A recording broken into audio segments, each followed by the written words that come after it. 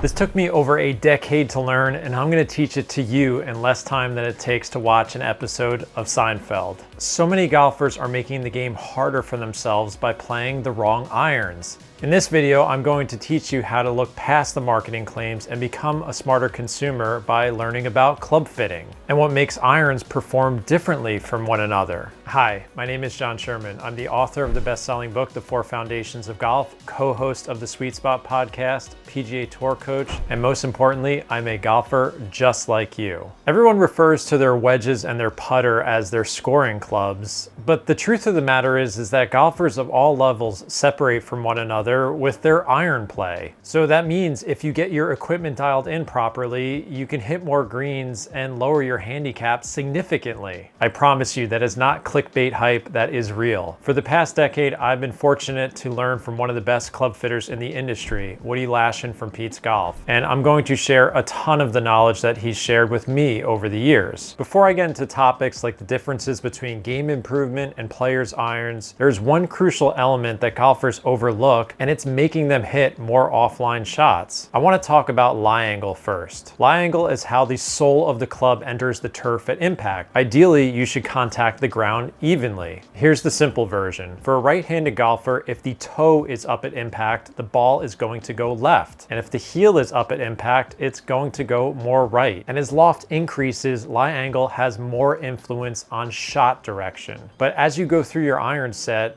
if your lie angle is off, it's going to be harder to hit your shots on target. For example, the toe of my club used to be very upright and it was exaggerating my hooks and making more of a left miss on the golf course. But when Woody from Pete's Golf flattened them about 2 to 3 degrees, it helped tighten my curvature and hit my shots straighter. Years later, my club head delivery changed and we just had to do the exact opposite because my heel was way in the air at impact, which was causing more of a right miss. Lie angle also will affect your ability to find the center of the club face, which is arguably the most important skills for hitting greens and yes, lowering your scores. So this is a really big deal, and a lot of golfers have no idea what's going on in their iron set. So even if you're not going to purchase a new set of clubs, this is something that you should get checked out every few years because it might be a very low-hanging fruit on how to hit straighter shots. And this is a recurring theme with all equipment. You don't want to make golf harder for yourself by playing the wrong specs. Now, lie angle is really critical, but it's definitely not the end of the story. Because the truth is, a lot of golfers are playing the wrong iron head altogether. And what the club companies are telling you about blades, forge irons, or loft jacking isn't the full picture. When most golfers think about irons, their first question is, what head should I play? Can I play blades or a player's iron, or should I swallow my pride and get some game improvement clubs? Now here's the truth that Woody shared with me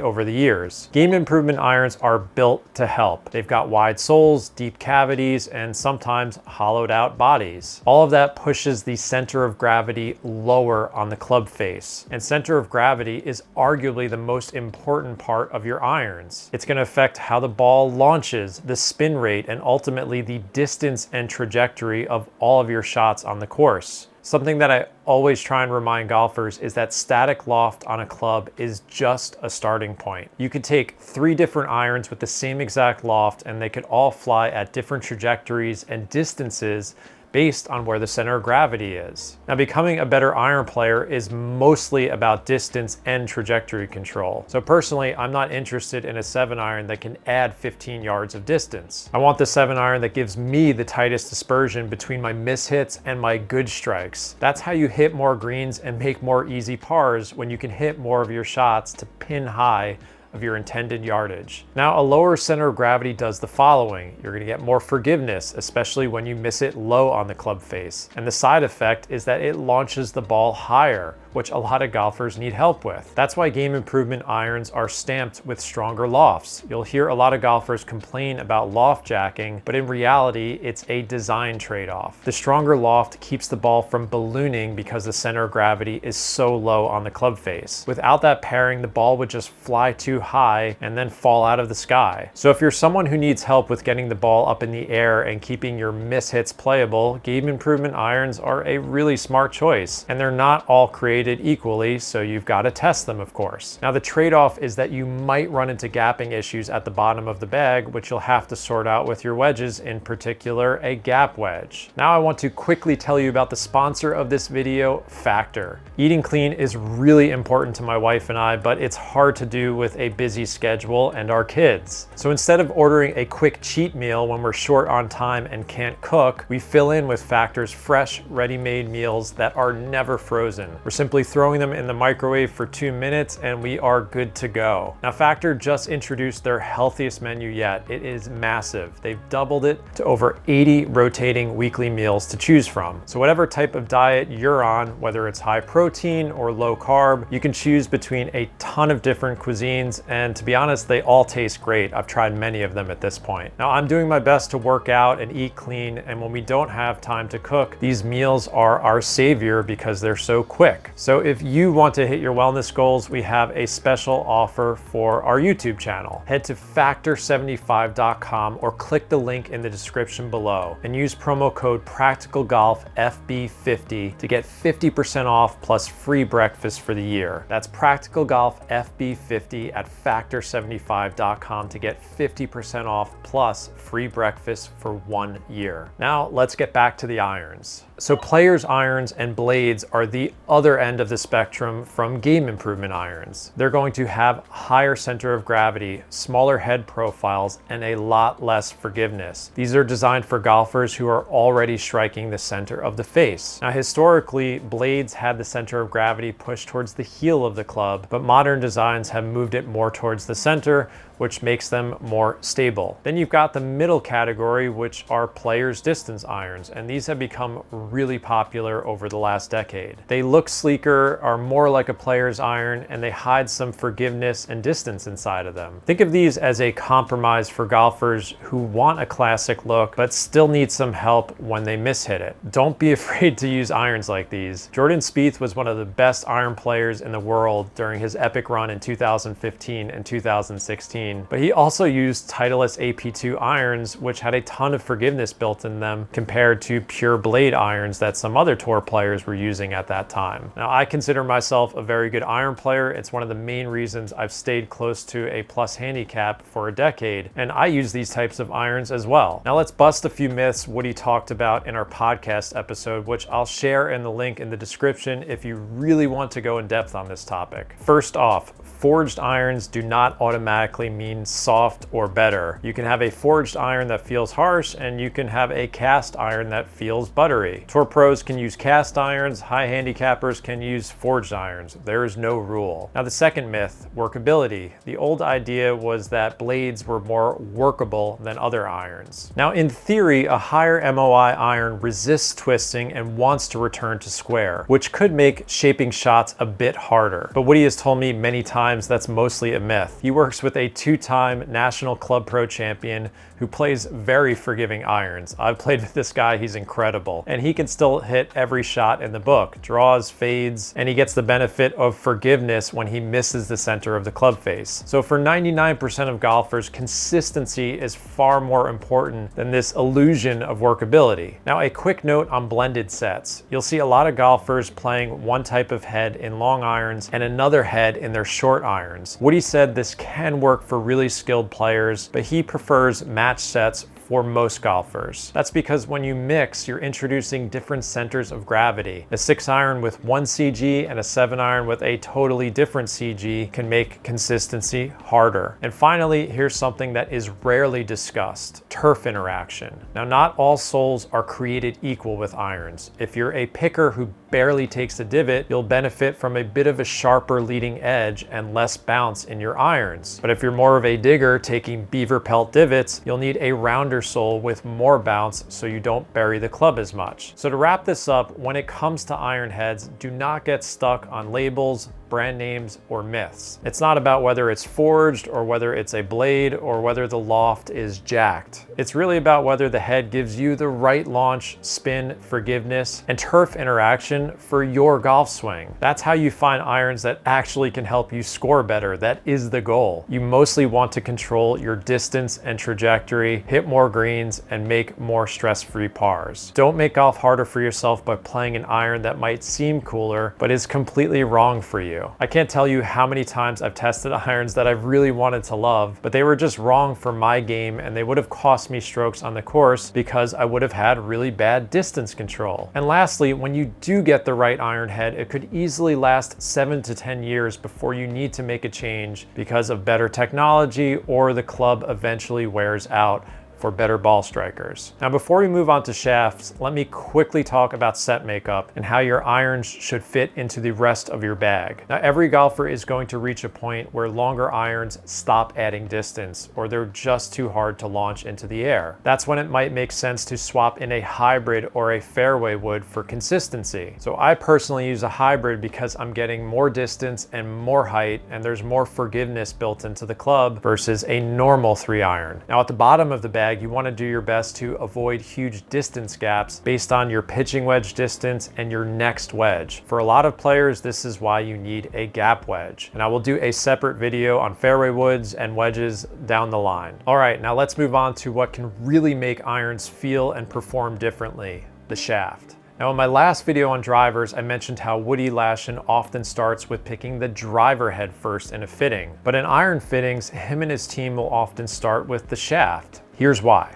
The shaft has more control over how consistently you can strike the center of the club face. And if the shaft isn't right in terms of the weight, profile, and the flex, then even if the head design is good, you won't be able to deliver it consistently. Now, Woody said that the head still influences ball flight the most, but in irons, shaft fitting is usually the priority to get repeatability. So let me give you a quick crash course on iron shafts to make you a smarter consumer. Let's start with weight. Iron shafts can range anywhere from about 40 grams in ultralight graphite up to about 135 or even 140 grams in heavy steel. Now, every 7 to 10 grams is going to make a difference. Now, golfers think weight is about strength. It's not. It's really about your tempo and your swing length. Two golfers can both swing a 7-iron 90 miles an hour. One of these golfers can have a smooth flowing move that can handle a lighter shaft. The other golfer can rip it back short and fast and needs something heavier to stay in control. If the shaft is too light, it'll feel like you're swinging air and you'll struggle to hit the center of the face. If it's too heavy, then it feels like you're dragging a sledgehammer and you've got the same exact problem. Get it right and you're suddenly finding the center of the club face more consistently. Next up is profile. That's where the shaft bends near the grip,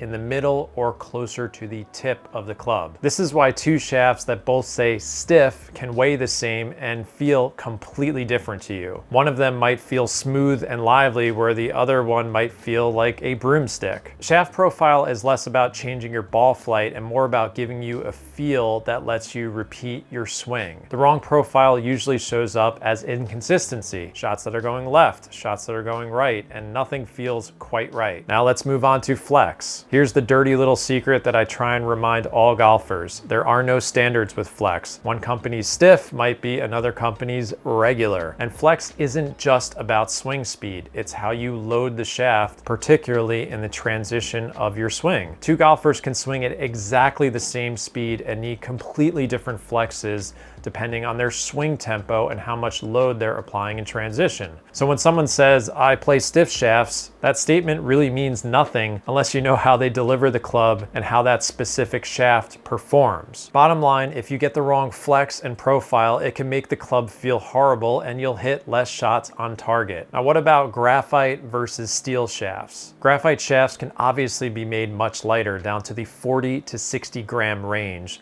So they're a great option if you need to save weight. They also are going to give you more options in terms of bend profiles at these lighter weights. Now, steel shafts tend to live in the 85 to 135 gram range, and because only a small handful of companies actually make them, quality control is going to be more consistent. Now, that doesn't mean graphite shafts are bad, it just means there's more variation from brand to brand. Now, there are more fitting options than ever with graphite. I actually played with some really heavy iron shafts and was recently able to match the same weight to graphite. I made this change to reduce the amount of vibration going through the club to give my elbows a bit of a break, but honestly, I would have never known that the shafts were graphite if you didn't tell me. Now, another thing that comes up when people get fit is getting a stock or aftermarket shaft. Aftermarket shafts usually have higher tolerances, higher quality materials, and more consistency from one shaft to the next. In other words, if you happen to break one of them and ordered a replacement, you'll likely get the same exact feeling shaft.